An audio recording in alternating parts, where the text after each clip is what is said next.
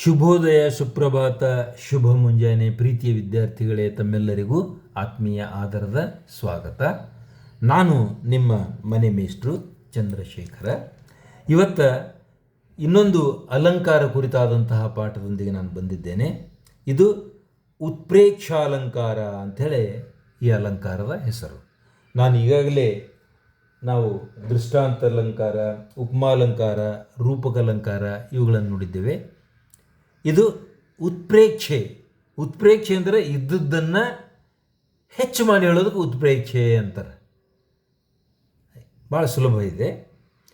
ಇದು 7ನೇ ತರಗತಿಯಿಂದ 10ನೇ ತರಗತಿಯ ವಿದ್ಯಾರ್ಥಿಗಳು ಕಡ್ಡಾಯವಾಗಿ ತಿಳಿದುಕೊಳ್ಳಬೇಕು ಮತ್ತು ಸ್ಪರ್ಧಾತ್ಮಕ ಪರೀಕ್ಷೆ ಬರೀತಕ್ಕಂತಹ ಅಭ್ಯರ್ಥಿಗಳು ಇದನ್ನು ಅರ್ಥ ಮಾಡಿಕೊಳ್ಳಲೇಬೇಕು. ಯಾಕೆ ಅಂತಂದರೆ ಇದು ಇಂತಹ ಪ್ರಶ್ನೆಗಳು ಖಂಡಿತವಾಗಿಯೂ ತಮ್ಮ ಪರೀಕ್ಷೆಯಲ್ಲಿಯೂ ಬಂದೇ ಬರ್ತವೆ.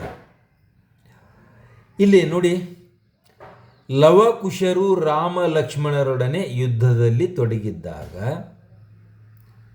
ರಾಮಾಶ್ವಮೇಧ, ಅಲ್ಲಿ ಹೊಸಗನ್ನಡ ರೂಪದಲ್ಲಿ ಇದೊಂದು ವರ್ಣನೆಯನ್ನು ತೆಗೆದುಕೊಳ್ಳಲಾಗಿದೆ.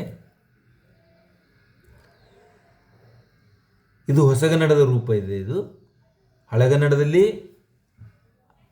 ಅದು ರಾಮಾಶ್ವಮೇಧ ಅಂತಕ್ಕಂಥ ಗ್ರಂಥ ಇದೆ. ಇದು ಹೊಸಗನ್ನಡದಲ್ಲಿದೆ. ರಕ್ತದ ಸಮುದ್ರಕ್ಕೆ ಸೇತುವೆಯನ್ನು ಕಟ್ಟಲು. ನೋಡ್ರಿ, ರಕ್ತದ ಸಮುದ್ರಕ್ಕೆ, ಇಲ್ಲೇ ನಿಮ್ಗೆ ಗೊತ್ತಾಗ್ತದೆ ಎಷ್ಟು ಉತ್ಪ್ರೇಕ್ಷೆ ಆಗ್ತಾಯಿದೆ ಅಂತೇಳಿ.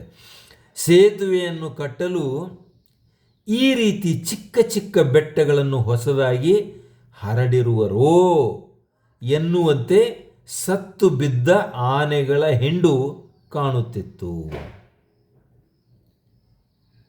ಇದು ಯುದ್ಧ ಭೂಮಿಯಲ್ಲಿ ಆಗಿರ್ತಕ್ಕಂಥ ಒಂದು ಸ್ಥಿತಿ. ಲವಕುಶರು ಯುದ್ಧ ಮಾಡುವಾಗ ಆ ರಣರಂಗದ, ಲಕ್ಷ್ಮಣನ ಜೊತೆಗೆ ವಿರುದ್ಧವಾಗಿ ಯುದ್ಧ ಮಾಡುವಾಗ ಆ ರಣರಂಗದ ಸನ್ನಿವೇಶ, ಸತ್ತು ಬಿದ್ದಂತಹ ಆನೆಗಳು ಮತ್ತು ಆ ರಣಭೂಮಿ ಹ್ಯಾಂಗೆ ಕಾಣುತ್ತಿತ್ತು ಅಂತಕ್ಕಂಥ ವರ್ಣನೆ ಇದೆ. ಇಲ್ಲಿ ಇನ್ನಷ್ಟು ವಿಸ್ತೃತವಾಗಿ ನಾನು ಹೇಳ್ತಾ ಇದ್ದೇನೆ. ಸತ್ತು ಬಿದ್ದ ಆನೆಗಳು ರಣರಂಗದ ಸುತ್ತೆತ್ತಲು ಹರಡಿ ಬಿದ್ದಿದ್ದವು. ರಣರಂಗವೆಲ್ಲ ರಕ್ತಮಯವಾಗಿದ್ದಿತು.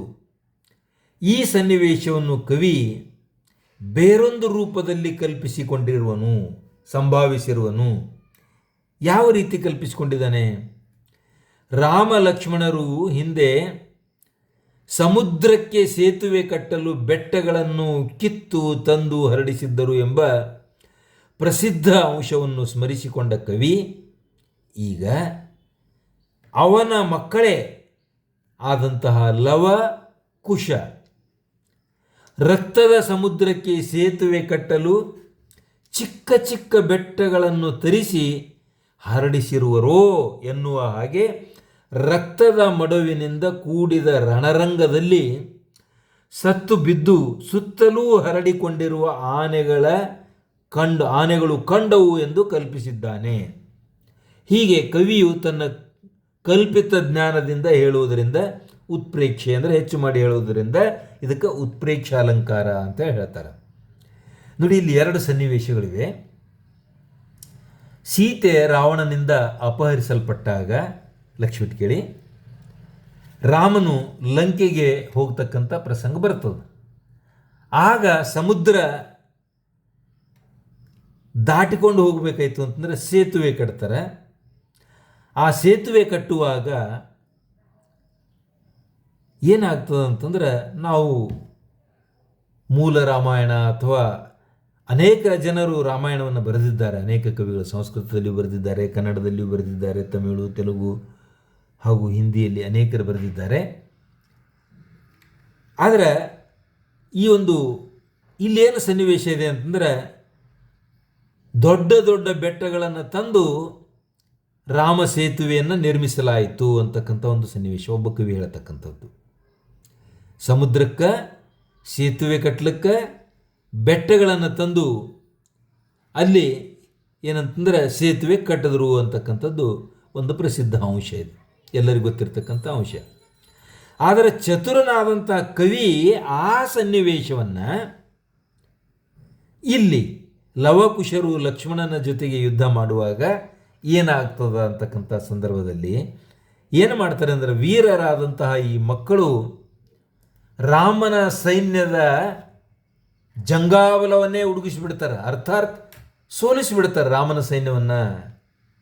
ಅಲ್ಲಿರ್ತಕ್ಕಂತಹ ರಕ್ತದ ಸಮುದ್ರ, ರಕ್ತದ ಮಡು, ಅದಕ್ಕೆ ಪುಟ್ಟ ಪುಟ್ಟ ಬೆಟ್ಟಗಳು ಅಂದರೆ ಸತ್ತಿರುವಂತಹ ಆನೆಗಳನ್ನು ಅಲ್ಲಿ ಕಂಡವು. ಪುಟ್ಟ ಪುಟ್ಟ ಬೆಟ್ಟಗಳು ಹೇಗೆ ಸಮುದ್ರಕ್ಕೆ ಸೇತುವೆ ಕಟ್ಟಲಿಕ್ಕೆ ಬೆಟ್ಟಗಳು ತಂದರೋ, ಹಾಗೆ ಇಲ್ಲಿ ರಕ್ತ ಸಮುದ್ರಕ್ಕೆ ಆನೆಗಳು ಸತ್ತಿರ್ತಕ್ಕಂಥ ದೃಶ್ಯ ಹೆಂಗೆ ಕಾಣ್ತಾ ಇತ್ತು ಅಂತಂದ್ರೆ, ಈ ಚಿಕ್ಕ ಚಿಕ್ಕ ಬೆಟ್ಟಗಳು ತರಿಸಿಕೊಂಡಿರೋರು ಎನ್ನುವ ಹಾಗೆ ಇಲ್ಲಿ ಕಾಣ್ತಾ ಇತ್ತು. ಅಂದರೆ ಚತುರನಾದಂಥ ಕವಿ. ಇದಕ್ಕೆ ಉತ್ಪ್ರೇಕ್ಷ ಅಲಂಕಾರ ಅಂತ ಯಾಕೆ ಅನ್ಬೇಕು ಅಂತಂದ್ರೆ, ಇಲ್ಲಿ ಸತ್ತಿರುವಂತಹ ಆನೆಗಳ ಅಥವಾ ಆ ರಣಭೂಮಿಯ ಚಿತ್ರಣವನ್ನು ಕವಿ ಬಹಳ ಚಾತುರ್ಯದಿಂದ ಮೂಲ ರಾಮಾಯಣದಲ್ಲಿ ಆಗಿರ್ತಕ್ಕಂಥ ಅಥವಾ ಹಿಂದಿನ ರಾಮ ಲಂಕೆಗೆ ಹೋಗ್ತಕ್ಕಂಥ ಸನ್ನಿವೇಶವನ್ನು ಇಲ್ಲಿ ಚತುರ ಕವಿ ಹೋಲಿಸಿಕೊಂಡಿದ್ದಾನೆ. ನೋಡಿ ಹೇಗಿದೆ, ಒಂದಾನೊಂದು ಉತ್ಪ್ರೇಕ್ಷ ಅಲಂಕಾರ, ಒಂದಾನೊಂದು ಪದಾರ್ಥವನ್ನು ಅಥವಾ ಸನ್ನಿವೇಶವನ್ನು, ಇಲ್ಲಿ ಸನ್ನಿವೇಶ ಇದೆ ನೋಡ್ರಿ, ಯಾವ ಸನ್ನಿವೇಶ ಇದೆ? ರಾಮನು ಲಂಕೆಗೆ ಹೋದಂಥ ಸನ್ನಿವೇಶ, ಸಂದರ್ಭ ಮತ್ತು ಸನ್ನಿವೇಶ. ಇಲ್ಲಿ ರಣರಂಗದ ಸನ್ನಿವೇಶ.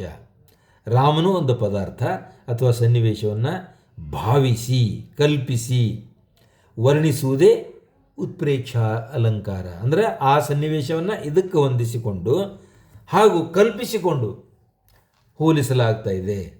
ಉದಾಹರಣೆಗೆ ಇನ್ನೊಂದು ಪರೀಕ್ಷೆಯೊಳಗೆ ಏನು ಕೊಡ್ತಾರೆ, ಒಂದು ವಾಕ್ಯವನ್ನು ಕೊಟ್ಟು ನೀವು ಈ ಅಲಂಕಾರವನ್ನು ಹೆಸರಿಸಬೇಕು ಹಾಗೂ ಸಮನ್ವಯಗೊಳಿಸಬೇಕು ಅಂತೇಳಿ ಪರೀಕ್ಷೆಯೊಳಗೆ ಕೊಟ್ಟಿರ್ತಾರೆ.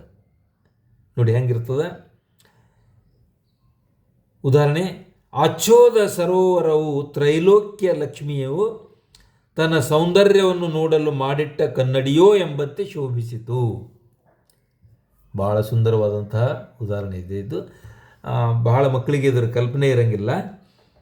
ಅಚ್ಚೋದ ಸರೋವರ ಅಂದರೆ ಹಿಮಾಲಯ ಬೆಟ್ಟದ ತುದಿಯಲ್ಲಿರ್ತಕ್ಕಂಥ ಒಂದು ಸರೋವರ, ಮಾನಸ ಸರೋವರ ಅಂತ ಕೂಡ ಅದಕ್ಕೆ ಹೇಳ್ತಾರೆ ನೋಡ್ರಿ. ಅಚ್ಚೋದ ಸರೋವರ, ಆ ನೀರು ಎಷ್ಟು ತಿಳಿಯಿದ್ದು ಅಂತಂದ್ರೆ ಬಹಳ ಸ್ಪಷ್ಟವಾಗಿ ಶುಭ್ರವಾಗಿದ್ದವು. ಅದಕ್ಕೆ ಕವಿ ಏನಂತಾನ, ಆ ಅಚ್ಚೋದ ಸರೋವರದ ನೀರು ಎಷ್ಟು ಶುದ್ಧವಾಗಿದ್ದವು ಅಂತಂದ್ರೆ, ತ್ರೈಲೋಕ್ಯ ಲಕ್ಷ್ಮಿ ತನ್ನ ಸೌಂದರ್ಯ ನೋಡ್ಲಿಕ್ಕೆ ಕನ್ನಡಿ ತಂದಿಟ್ಟಿದ್ದಾಳೋ ಏನೋ ಅನ್ನುವಂತೆ ಎಂಬಂತೆ ಶೋಭಿಸ್ತಾ ಇತ್ತು. ಅಂದರೆ ಉಪಮೇಯ ಅಂದರೆ ವರ್ಣಿಸಿಕೊಳ್ತಕ್ಕಂಥದ್ದು ಅಚ್ಚೋದ ಸರೋವರ, ಉಪಮಾನ ರನ್ನ ಕನ್ನಡಿ, ರತ್ನದ ಕನ್ನಡಿ. ಇಲ್ಲಿ ನಾನು ರನ್ನ ಅಂತೇಳಿ ಬರೆಯೋದು ಬಿಟ್ಕೊಟ್ಟಿದ್ದೇನೆ, ರನ್ನ ಕನ್ನಡಿಯೋ. ಬರೀ ಕನ್ನಡಿ ಅಲ್ಲ, ರನ್ನ ಕನ್ನಡಿಯೋ, ಇಲ್ಲಿ ರನ್ನ ಅಂತ ಸೇರಿಸ್ಕೊಳ್ಳಿ ದಯವಿಟ್ಟು.